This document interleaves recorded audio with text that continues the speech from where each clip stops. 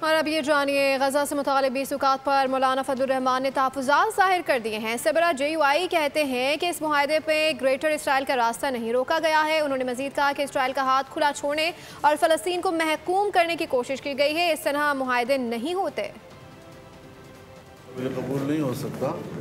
Trump کے اپنی گفتگو میں تضاد ہے، اس کے پہلے اعلامیے اور بعد کے اعلامیے میں تضاد ہے۔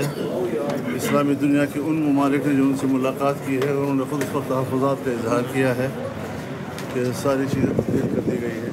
سر، پاک عرب ممالک کی جانب سے جو 20 پوائنٹس ہیں، اس کے بعد جو پریس ریلیز آئی اس میں خیر مقدم کیا گیا ہے۔ اگر وہ اس کو مانتے ہیں تو پھر پاکستان کو بھی اس معاہدے کو ماننا ہوگا۔ میرے خیال میں ہمیں مسترد کر دینا چاہیے۔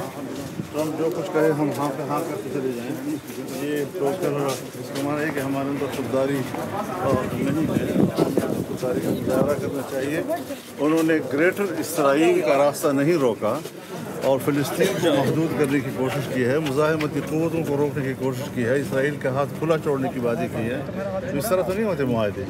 ہمارے مشتاق سبھی ان کے رفقا میں سے تھے اور وہ پاکستان کی نمائندگی کر رہے ہیں۔ ہماری دعا ہے کہ اللہ تعالیٰ ان کو سلامتی کے ساتھ رکھے۔